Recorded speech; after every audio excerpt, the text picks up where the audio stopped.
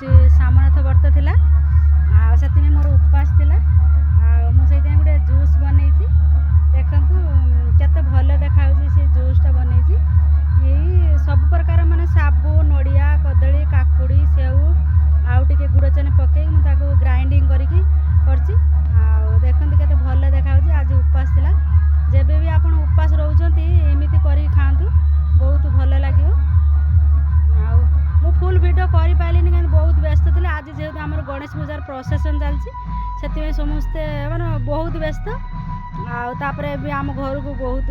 कुणिया बंधु आसिया समस्ते आसमाने भी समस्ते ग्लास ग्लास पीले से व्यस्तता भितर मुझे फुल ब्लॉग कर पाइलिनी से